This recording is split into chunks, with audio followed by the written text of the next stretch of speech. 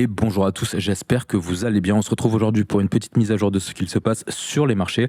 Et je voulais dans un premier temps vous annoncer le fait que j'ai ouvert ma page Instagram ainsi que ma page TikTok sur lequel vous allez retrouver plein d'informations, que ce soit sur les marchés crypto, que ce soit sur les marchés de manière générale. Vous y retrouverez des news, des explications de concepts et plein de choses intéressantes. Je vous conseille vivement d'aller me suivre. Les liens seront dans la description de la vidéo. Et avant de commencer, je voulais faire un point sur ce qu'on vient de lancer officiellement en bêta. C'est une des applications sur lesquelles on travaille. Ça s'appelle Performax et c'est un journal de trading avec une couche d'intelligence artificielle qui va être pensée pour vous aider à suivre vos performances, analyser vos erreurs, comprendre vos habitudes au niveau psychologique et de fait vous aider à progresser dans votre trading. Pendant toute la phase bêta, l'accès est 100% gratuit pour tout le monde.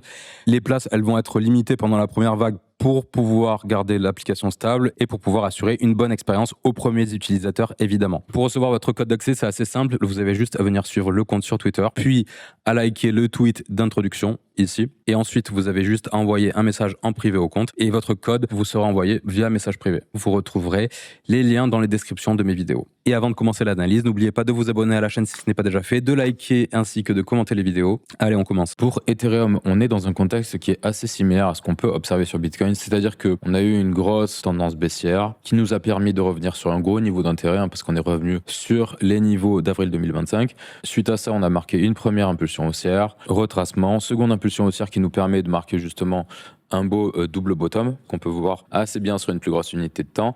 Et suite à ça, on a fait de nouveau une impulsion qui a permis de confirmer la cassure de ce double bottom ici.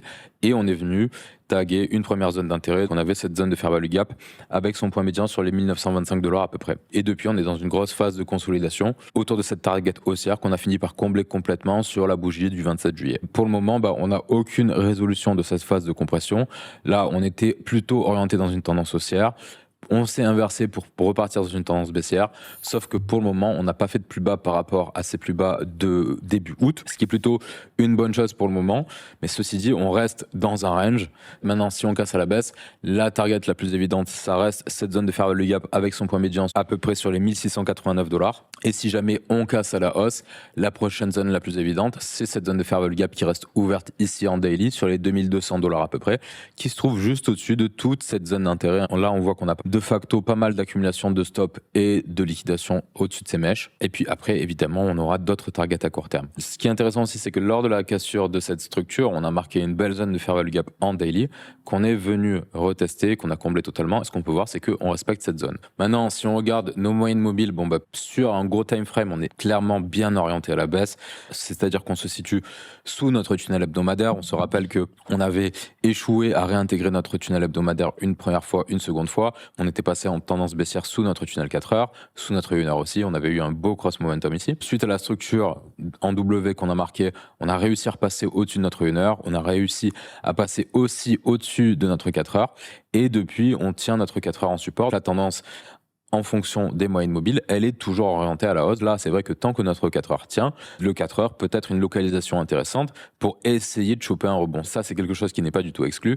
Cependant, on voit que notre 4 heures, il était bien orienté à la hausse. Là, il commence de plus en plus à s'aplatir. Et quand on a un tunnel qui s'aplatit, c'est de la même façon qu'une divergence sur un indicateur momentum, un signe que notre tendance s'affaiblit sur cette unité de temps. Et de fait, on pourrait avoir beaucoup plus de facilité à passer au travers dans un sens comme dans l'autre. Là, sur Ethereum, on pourrait s'attendre, comme sur Bitcoin, à une continuation de cette grosse phase de compression pendant quelques temps encore. Parce que ce qu'on peut observer, c'est que notre volatilité est en train de s'écraser parce qu'on fait des mouvements de prix qui sont de moins en moins importants. De toute façon, quand on regarde ce qui se passe entre notre prix et notre 1 heure, on voit qu'on passe sous notre 1 heure, on repasse au-dessus, on repasse en dessous, on repasse au-dessus, on repasse en dessous, et on risque peut-être d'avoir le même schéma sur le 4 heures si jamais le prix était amené à casser notre 4 heures à la baisse. Maintenant, si jamais on casse le 4 heures à la baisse, on a une première zone d'intérêt qui se trouverait sous ces deux plus bas ici. On voit qu'ils ne sont pas très éloignés.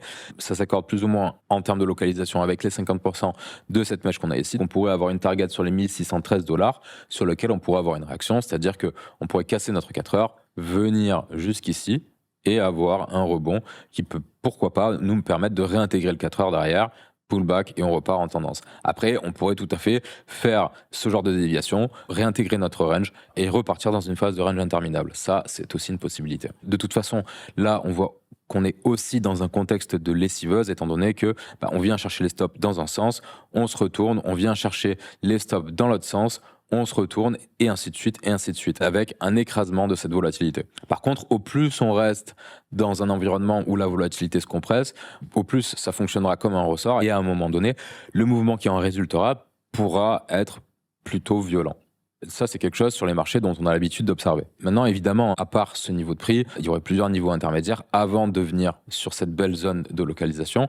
Par contre, si cette zone de localisation saute, le prochain niveau d'intérêt, c'est vraiment le plus bas de notre structure ici, parce qu'on voit qu'on a un quasi-alignement entre cette mèche ici et cette mèche ici. On a probablement pas mal de stops et de liquidations sous ces niveaux de prix. Ce serait une target pile sur les $1 500.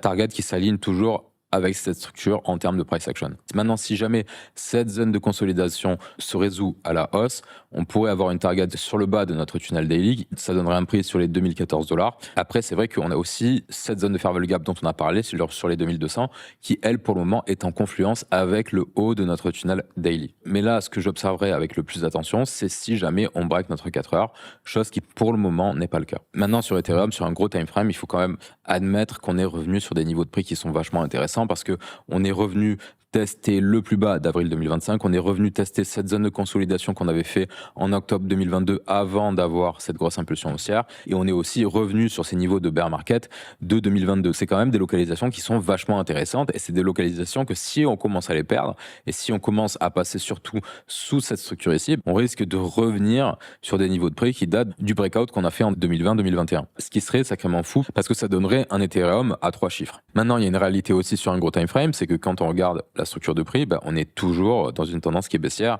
et sur un time frame en hebdomadaire, on n'a pas de structure de bottom. C'est-à-dire qu'on n'a pas encore de structure comme on a pu avoir ici, ou comme on a pu avoir ici pendant pas mal de temps. Là, on est simplement, pour le moment, dans quelque chose qui ressemble à un rebond dans une tendance de fond qui reste baissière. C'est-à-dire que tant qu'on ne réussit pas à faire un plus bas plus haut, en hebdomadaire en tout cas, on ne pourra pas dire oui, ok, on a eu le bottom. Parce que pour moi, ce qu'on a là, ça ressemble absolument pas à un bottom, ça ressemble simplement à un rebond dans une tendance de fond qui reste baissière. Au niveau de nos points pivots maintenant, alors le niveau le plus intéressant à observer, c'est notre point pivot trimestriel actuel, qui se situe, lui, sur les $1 848. On peut voir que mi-juillet, on avait réussi à le breakout. C'était le moment où on était venu tester cette zone de fair value gap. On l'a retesté une première fois. On voit que on est passé en dessous, mais on est très rapidement passé au-dessus. On l'a retesté une seconde, une troisième, une quatrième, cinquième. Pour le moment, ce niveau fait bien office de support. C'est un niveau qui est quasiment en confluence avec notre tunnel 4 heures. Il est quand même un peu éloigné. Il est quand même éloigné de quelques pourcentages, mais étant donné qu'il a déjà pas mal été travaillé par le passé, on pourrait se dire qu'il pourrait continuer à faire un certain effet, ou alors on pourrait aussi passer très rapidement au travers. Et si on passe très rapidement au travers, on aura un niveau mensuel sur les 1799, et puis notre niveau d'intérêt beaucoup plus bas, il se situerait sous cette zone de fair value gap. C'est un niveau de support en mensuel aussi qui se trouve sur les 1617. Maintenant, si jamais on réussit à casser à la hausse, on voit qu'on a un niveau de résistance en mensuel qui s'aligne quasiment parfaitement avec une zone de fair value gap qu'on a ici aussi en niveau intermédiaire sur les $2047. Et puis on a un cluster de niveaux entre un niveau de résistance trimestriel sur les 2200 et un niveau mensuel sur les 2226, qui sont dans la zone de cette fair value gap. Toute cette zone ici, ça peut être une belle zone de target.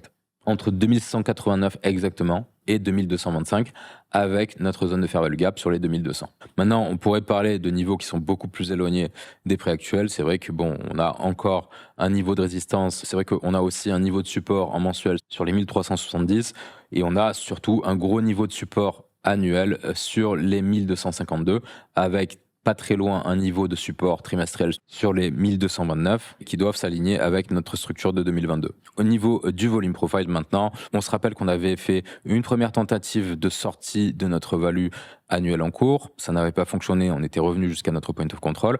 On avait réessayé de sortir une nouvelle fois de notre value annuelle. On avait eu d'ailleurs pas mal de tentatives. On peut en compter au moins 5. Ça n'a pas fonctionné. À chaque fois, on a été rejeté. Et finalement, on a été rejeté pour revenir jusqu'à notre point of control, avoir un rebond sur notre point of control pour finir par le casser à la baisse et faire une sortie de value dans l'autre sens, c'est-à-dire de sortir de notre value basse. D'ailleurs, c'est sous notre value basse où on voit qu'on a structuré notre bottom. On n'a pas vraiment eu de continuation baissière sous notre value basse. Et là, actuellement, on a réussi à réintégrer notre value annuelle en cours. Et pour le moment, au niveau annuel, on se situe vraiment nulle part. On est plus ou moins à mi-chemin entre notre point of control sur les 2059 $ qui ferait office de résistance et qui serait d'ailleurs en confluence avec une zone de fair value gap, et notre value basse qui, elle, se situe à peu près sur les 1800 $ et qui est en confluence justement avec cette mèche ici qui a permis de combler une partie de cette zone de fair value gap en 4 heures. Qu'on aurait une double confluence de localisation sur ce niveau de prix aussi, qui se trouve d'ailleurs juste sous ses plus bas. Il y a un point intéressant dont j'ai peut-être dû parler dans une vidéo précédente sur Ethereum, c'est que le niveau de prix sur lequel on a rebondi, ça correspond à la value basse de l'année 2023. D'ailleurs, c'est là où on a rebondi aussi en avril. D'un point de vue trimestriel maintenant, sur le trimestre précédent, on a clairement bloqué pas mal de monde en haut de notre profile. On voit qu'on a eu énormément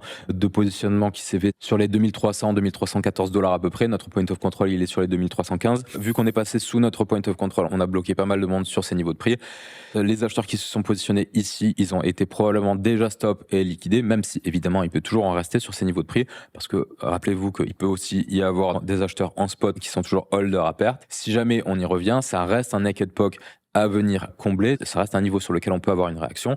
C'est un niveau qui est au-dessus de notre zone de fair value gap ici. C'est une target qui est tout à fait plausible. Maintenant, sur le trimestre en cours, déjà, le premier signe intéressant, c'est qu'on a réussi à réintégrer la value du trimestre précédent. Et ce qu'on peut observer, c'est qu'en fait, on est en train de combler tout le gap de volume qu'on avait créé ici, qu'on a créé quand on a marqué cette grosse zone de fair value gap. Et en fait, on est en train de combler ce gros déséquilibre qu'on a en termes de volume, qu'on peut voir ici et qu'on peut voir aussi ici dans ce profile ici.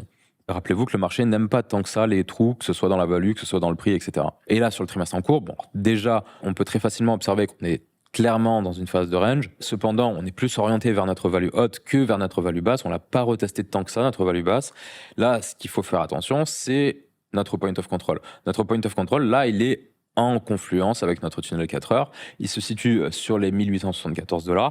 Et là, du coup, tant qu'on tient ce niveau, c'est plutôt intéressant. C'est-à-dire que tant qu'on tient ce niveau, les acheteurs seront plutôt en position de force. Par contre, si on break notre point of control et qu'on ne réussit pas à le réintégrer derrière, on va se retrouver avec toutes ces personnes qui ont acheté sur ces niveaux de prix qui vont se retrouver dans une position qui est inconfortable. Et du coup, on pourrait très facilement revenir jusqu'à notre value basse trimestrielle qui se trouve sur les 1793 $. Et on voit qu'elle est en confluence aussi avec le bas de cette mèche ici. Là aussi, vous avez un niveau de confluence sur lequel vous pouvez avoir une réaction. Et je le répète, attention, parce que si on casse notre POC et qu'on ne réussit pas à repasser au-dessus, on va avoir toutes ces personnes-là qui vont se retrouver bloquées. Ce qui veut dire risque de stop, de liquidation, de vente en panique, etc., etc. Pour le moment, le fait de tenir notre POC, c'est plutôt un élément safe. Mais là, il n'y a rien qui joue encore. Et d'ailleurs, d'un point de vue mensuel, alors on voit qu'on était potentiellement reparti dans une tendance haussière étant donné qu'on faisait des points of control qui étaient ascendants sur les 2 derniers mois. Par contre, là, attention, parce que sur l'ouverture du mois d'août, ce qu'on est venu faire, c'est qu'on est venu retester le point of control du mois de juillet et on a été rejeté par ce niveau de prix. Et actuellement, comme on a eu pas mal de volume à exécuter ici et que pour le moment on est en train d'exécuter pas mal de volume sur les niveaux de prix actuels, notre point of control trimestriel actuel, c'est la somme du volume qui a été exécuté ici, plus du volume qui pour le moment a été exécuté ici. C'est ce qui fait que notre point of control trimestriel, il se trouve quasiment sur le point of control actuel du mois d'août. Faites attention aussi ici, sur le mois d'août, pour le moment, on se situe sur notre POC. On voit qu'on a eu aussi pas mal d'accumulation qui s'est fait sur ces niveaux de prix quand on est venu retester le point of control du mois de juillet. Mais là, actuellement, sur ces niveaux de prix, on a des acheteurs qui sont clairement en perte, pour le moment en tout cas. Alors, ceux qui se sont positionnés ici, évidemment, si jamais on rebondit, ils seront en gain. Mais sinon, si on casse notre point of control, on aura d'autant plus d'acheteurs en perte. Et du coup, ce qui accentuera le fait qu'on a cascade de stop, cascade de liquidation. Et sinon, à court terme, l'observation assez claire qui est faisable, c'est qu'on fait des sorties de value. Réintégration de value, on revient sur notre value basse. Même si on a des moments où notre value change, parce que là, forcément, on est en cours de mois, on voit qu'on réussit à revenir jusqu'à notre value haute, on échoue à en ressortir, on revient sur notre point of control, on a des réactions sur notre point of control, mais pour le moment, on n'arrive pas à tenir le point of control actuel. Si jamais les niveaux pètent, déjà à très court terme, le prochain niveau, c'est de revenir tester ces plus bas ici, sachant que ces zones de fair value gap court terme, elles sont déjà comblées. Ce serait déjà de revenir sur la value basse mensuelle sur les 1861 $. Maintenant, au niveau de la force relative, on est quand même sur un actif qui se maintient plutôt bien contre le reste du marché. On voit qu'on est en surperformance contre XRP. On était en surperformance contre Doge, mais là, on voit qu'il y a un petit regain de faiblesse contre Doge. Contre Solana, c'est pareil, on était dans une forme de surperformance, mais là, il y a aussi un petit regain de faiblesse contre Solana. Contre Bitcoin, c'est complètement à plat, ce qui n'est pas une mauvaise chose en tout cas. Et contre les alts ainsi que contre le Total 3, c'est complètement à plat aussi. Dans cette configuration, c'est vrai que si Ethereum réussit à break sa consolidation, on pourrait avoir une reprise de surperformance contre à peu près tout le reste du marché. Il n'y a que contre Hyperliquid où on voit que Hyperliquid est en train de se reprendre actuellement. C'est vrai que Hyperliquid a touché un joli point d'intérêt et du coup on est en train de marquer quelque chose qui ressemble à un top contre Hyperliquid. Maintenant concernant l'order flow sur Ethereum, on n'est pas sur quelque chose de vraiment exceptionnel, même si on a certains signes qui sont plutôt intéressant. Ce qu'on peut voir, c'est que entre cette structure qu'on a fait ici et la structure actuelle sur notre CBD spot, on est en train de faire des plus bas, ce qui veut dire qu'il y a sûrement des personnes qui sont en train de se mettre en achat en limite ici pour absorber toute cette agressivité vendeuse. En tout cas, surtout sur cette phase de prix, parce qu'on voit que là, on est venu faire un plus bas sur notre CBD, on n'est pas venu le faire sur le prix. Sinon, c'est vrai que là, on est plutôt en convergence et sur les gros mouvements d'amplitude, on n'a pas une augmentation de notre CBD spot qui est extrêmement importante. Ce qui me fait me dire que ce mouvement de prix, par exemple, il était surtout induit par de la spéculation sur les futurs. On voit que le futur ici était beaucoup plus agressif sur son CBD. Et sinon, au niveau des futurs, on n'a pas vraiment de divergence par rapport à notre prix. C'est vrai que sur le futur, on est plutôt en convergence sur le CBD. D'ailleurs, on peut observer que là aussi, sur le spot, on était en divergence par rapport au prix. Là, beaucoup plus récemment, on voit que on a une belle zone de stop et de liquidation qui a sauté. Pourquoi ? Parce que nos CVD ont chuté brusquement, de manière assez agressive. On voit qu'au niveau de notre open interest, on a une belle bougie rouge, même si derrière, on a eu directement une réouverture de position. Mais en tout cas, sur ce mouvement de prix, on a eu de facto des longs qui se font liquider, des shorts qui en profitent pour take profit. Derrière, on a légèrement un retour de spéculation, long plus short évidemment. En tout cas, ce qui s'est passé, c'est que là, on a des longs qui ont commencé à s'ouvrir, des shorts aussi évidemment, mais il y a eu quand même un retour de demande. On voit qu'on a un peu d'agressivité sur le spot, un peu sur le futur, mais c'est vraiment léger. Et notre CVD, par contre, qui est reparti à la hausse. Mais sinon, de manière générale, si on regarde sur un gros time frame, au niveau de notre open interest, on est vraiment complètement à plat. Il n'y a pas du tout d'énorme intérêt de spéculation à la hausse comme à la baisse, parce que notre open interest, il est complètement à plat depuis un moment, il n'est pas en train de faire des plus hauts. Voilà, j'ai fini pour cette analyse. J'espère que ça vous a plu. N'oubliez pas de me suivre sur mes nouveaux réseaux. N'oubliez surtout pas d'aller essayer la version bêta de Performax. N'hésitez pas à vous abonner à la chaîne si ce n'est pas déjà fait, à liker ainsi qu'à commenter les vidéos. Je vais vous souhaiter une excellente journée et je vous dis à la prochaine. Allez, ciao ciao.